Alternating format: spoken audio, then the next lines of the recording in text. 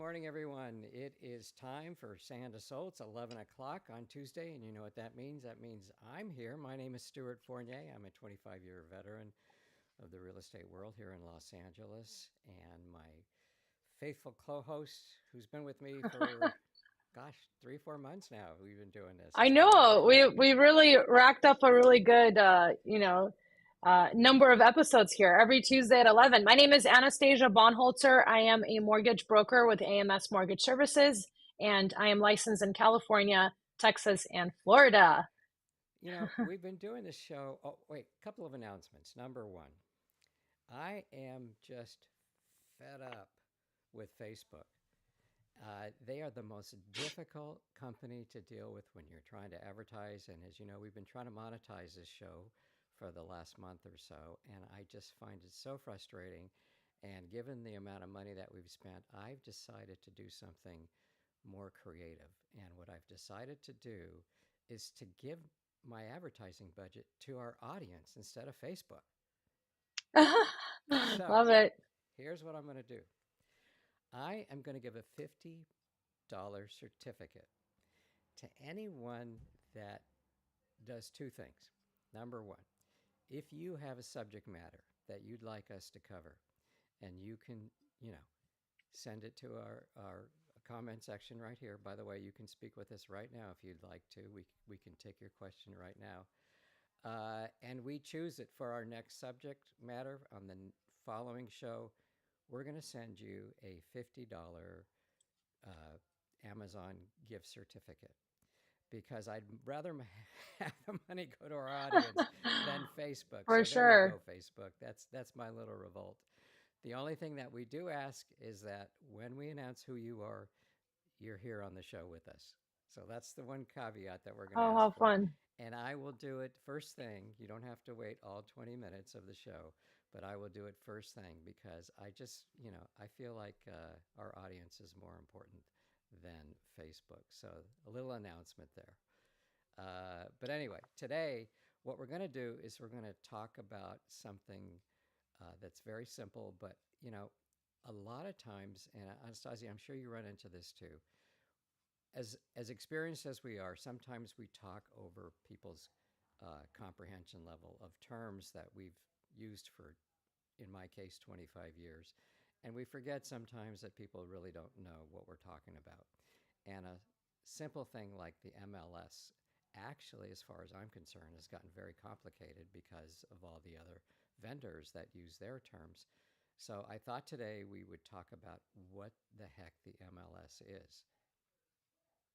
Yeah, I love it. I mean, it's a good conversational starting point because we do have a lot of lingo in real estate, and oftentimes we do throw out these terms: EMD, MLS, CTC, and then like to the normal consumer, they're like, "What in the world are you saying?" And like to us, we go back and say, get your HOI, and you need the walls in HOI. Like I was talking to a consumer yesterday, I was like, "Get the walls in HOI," and then I had to actually say, okay, the condo insurance policy for your homeowner's insurance, which covers the interior portions of your condo, right? We Exactly. do have to elaborate, and I'm happy that today the keyword is MLS, which is where the inventory is stored, kind of like a library. So I'll let you have it, Stuart, because I know it relates to you being a realtor. So there's the National Association of Realtors, there's the California Association of Realtors, and then each realtor is supposed to be part of their local association of realtors. So that's a lot of dues, but with those dues come access to the MLS. Am I right or am I off? Yeah, you're absolutely right. But let me break this down to super simplicity if I can. And this isn't to insult anybody because, quite frankly, as a consumer, I think you actually should be confused at this point. But what is the MLS? Well, the MLS is the common denominator for the database of for sales across the nation. Now, that's a big oversimplification because there are so many divisions. But let me just again bring it down to simplicity. First of all, the the term realtor is part of an association that is across the nation. If you are a licensed if you're a licensed agent in your state, you're not necessarily a realtor. The term realtor is a term that we use for an association, again, that's across the nation.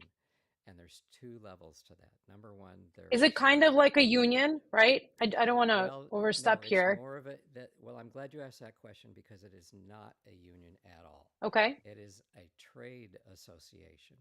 Now, the difference between a trade association and a union basically is that a trade association are licensed professionals that get together and decide how they want to run their particular industry. And they're all part of a group that develops different criteria, in our case, very stringent ethical concerns, so that you remain a part of that organization. And I Essentially, imagine also advocate also for homeowners because there's also an element of this association that goes beyond just putting things online. We do have a pretty significant advocacy program when it goes to Sacramento and the different props that get developed for home ownership rights. exactly. That's an offshoot that benefits everybody. But again, that's a little bit of a different subject, so I don't want to get too far off right here. So the MLS is a combination of all the brokerages that work within your particular area. Now, most people don't know this. I wanted to bring the subject up in part because people don't realize that there are a number of multiple listing services that uh, are throughout the nation, and we are regional, and we can be as regional as the west side of Los Angeles, the South Bay of Los Angeles, within Los Angeles County. Those are two different MLSs.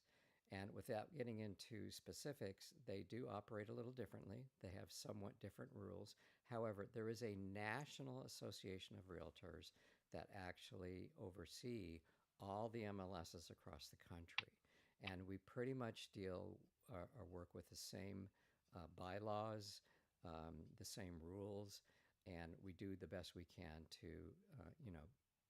cross pollinate all the data. Now, this is the biggest point that I wanted to bring up today. All the information that you receive outside of the MLS is done by commercial ventures. Now, the best example that I can give is that many people think that Zillow is a realtor brokerage. It is not. All Zillow is a advertising platform. Nobody on Zillow that's purported to be I think the term is supreme realtor or something like that, uh, has an affiliation with Zillow. They have a contract for advertising, and that's it. So, what happens is across the nation, the realtors, that is, that trade association, I think share it's premier agent, right? I think you're premier talking about agent. that Right, term. right, right. Yeah. Exactly. All the realtors They're across the not any nation. better off than the rest. They just pay more money to be to be Exactly. called Exactly. premier agents. But they are not, again, they are not part of the association. Now, oddly enough, this gets even more complicated because the term realtor.com was actually sold to the Murdoch Group. The Murdoch Group actually owns the rights to Realtor.com, and again, a whole other subject that I won't get into. So that's why the public can undoubtedly become confused because we have sold our rights for the term itself, and people have no idea that, for example, Realtor.com is not really actually run by realtors. It uses the database. The Murdoch Group uses the database for realtors across the nation, but we do not work Mhm. for Realtor.com. So things like that, are things that I think confuse the public more than anything. So again, let me just summarize very quickly because I think we've gotten off topic a little bit here. The association, your local MLS, is the common denominator. All of the realtors within that region get together and share all of their data. They share all of their listings, and there's rules and there's ethical concerns by which we adhere to in order to be a part of that group. That is not the case with commercial entities like Zillow or like Movado or other companies like Redfin. that. No, Redfin actually is a brokerage. Oh, okay. Yeah, Interesting. yeah, Okay. they're a little bit different because they are a real estate brokerage. So make sure you understand that distinction when you're online. Now, my Hmm. particular prejudice, and of course every realtor has the same prejudice, is that you actually get your information from a realtor. Now, the realtor will use the actual common denominator of a database, which is true because Red, excuse me, Zillow, Movado, all those other type uh, companies use our information. They come into our database and then relay it to you in a more marketable fashion, which is how they make their money. Are So, realtors required to have, if they have a home listed for sale, are they required to post it in MLS? yes, they are. As a matter of fact, there's very stringent rules about that. And one of the more prevailing arguments that realtors are having across the country is when it's what is the timeline for actually putting your listing on the MLS after you sign a contract with someone to sell your house. Let me clarify that a little bit. There is a lot of talk about pre marketing. There's a lot of talk about having your house off the market, even though you have a contract with a Yeah. realtor. Because And days on market end up being such a significant portion of a sale of a home. We always say, how many days on market? And what that means is once the home is officially listed on MLS for sale, how many days is it on MLS listed as not sold until it's officially sold? And that's what's called days on market. That's an important component that we exactly. track And as a that data. is, that's a whole nother subject that I'd like to get into at some point in time to talk Hmm. about the significance of that. But you're absolutely right, Anastasia. That's exactly what happens. And that is a substantial, in my opinion, shouldn't be as much. And again, I'm not going to get off into Yeah. the subject about it, but that's a substantial stopgate for a lot of people. How many days has it been on the market? And of course, the And feeling so that officially, how long can a home be pre-marketed, per at least the association's rules and your ethics board? How many days can you have it coming soon? Which I know it seems like it's a fluid topic, but there is actual rules for it. right, there are actual rules for it, and this is the hardest part. The hardest part is that different MLSs have different rules. Essentially, what most MLSs are striving for is to get it on the MLS within 24 to 48 hours. Now, for those of you that are looking and you're, on the MLS or you're on Zillow or you're on some kind of feed that's giving you the information about houses that are coming on the market, you see different categories. You see active under contract, you see pending, and of course you see sold. And all of that gets very confusing for everyone as well. They've been changing the designations for the progression of the sale of the houses because of all these arguments that are going back and forth and because of that stringent days on market ruling. Some MLSs require that under no circumstances may you hold a contract, for sale unless the seller signs a contract that says, I don't want this on the open market. I want to keep this off Hmm. the market. That is a contract by itself. It's part of the way to keep from getting in trouble with the MLS. If you don't have Hmm. something like that, there are fines and there are punishments, if you will, for people that have their houses off. I'm sorry, for the realtor, not for the consumer, Yeah. but for the realtor to have If their I have a houses I off have the market. a question for you. If a client wants to have their house marketed as being off market, and they never officially want to go on MLS for whatever that reason. It could be an elderly lady and she doesn't want any public showings, or whatever that may be the reason. Um, is that possible? And can you actually buy and sell a home exclusively off market and never post it on MLS, or do you still have to post it on MLS once it's sold? The answer to your question is you do not have to. You can sign a separate contract or a separate form that enables you to keep it off the MLS, off the major Mhm. market. And the reason that we have people sign that is basically for two reasons. Number one, obviously, it goes against our ethical obligations without having it signed. But number two, it also spells out what the advantages are to have your house on the market. Remember, all of us, no matter what brokerage we work for, are essentially working for the MLS. We're all supposed to be sharing the information. We're all supposed to be making everyone aware of what's happening in the market by letting everyone see exactly what's available. It only helps.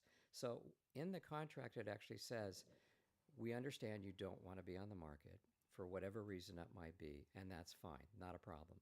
But before you sign this, take into account all the advantages there are to be on the market, right? And that's something that I truly believe in. I believe that, the first rule of advertising is having as much exposure as possible. Why would you deny yourself the ability to have your house exposed? Access to more buyers, Right. right? That's what You it's never know. called. You never Right. know who's browsing those websites. Yeah, for sure. It looks like we're Right. going to be almost at 20 minutes here. And do we have anything else to add, Stuart? I think that's a pretty comprehensive explanation of the database of the multiple listing services, as it's called. And I think Well, that's a good I way guess to summarize that. I guess I have a question for you, Anastasia. How often are you on the MLS as a loan broker? I don't have access to the MLS since I'm not a realtor. So the website that I personally use is redfin.com or Okay. zillow.com. And it's only to have a better understanding of the inventory in the area inside as I'm talking to the consumer. So once we figured out the financing, I actually quickly jump on to see if that's even because sometimes people's budgets are so low that I want to actually give them feasible feedback in the moment, whether or not those homes actually exist where they want to purchase. So I do use it, and I use it actually at every single one of my home buyer consultations. We talk about the budget, and then I quickly jump on and say, hey, actually, look at this. There's 3 homes on market in your budget. Open this weekend. Let's connect you with a realtor if you don't have one. Let's get on this. This is a good opportunity. So, yes, we do have a peripheral understanding of that, but I leave it to the realtor for the most part, especially after the budget has already been identified. Sounds great. So, I thought you had access to the MLS in some way, shape, or form because No, you're yeah, it's very only involved. realtors. Right. Yeah, it's Right. only realtors. I need a realtor in order to send me, the actual, Right. whatever's for sale. I'm just like a consumer. I don't have any special, perks Right. or access to off markets or anything like agent remarks in the MLS. I know sometimes those are important. I get those from the agent. Okay. And again, getting a little bit deeper into what the MLS provides for both parties. And that's why it's essential to use a realtor, use a real estate agent. Don't just do the shopping yourself. We do have access to a lot of tools which could prevent you from headache down the line if you don't do it properly and if you don't equip yourself with the professionals such as Okay. Stuart and myself. All right. Well, we'll see you next time, everyone. We do have a 20-minute deadline here that Instagram just put forth, so we're at 19 minutes and 15 seconds, so we got to get off Sounds the air. good. But if you Hopefully, have the any government concerns, shutdown is not going to bleed into day 55. So right, we'll see you next week. right. Well, actually, we're going to be absent next week for the first time in 3 to 4 months, or however long we've been on. But we will see you in a couple of weeks. And anyone, once again, if we choose your subject matter, if you send it to us, a $50 gift certificate is coming your way. The heck with Facebook. See you next time. Bye. I'm See ya. Sam DeSalle. Bye bye, everyone.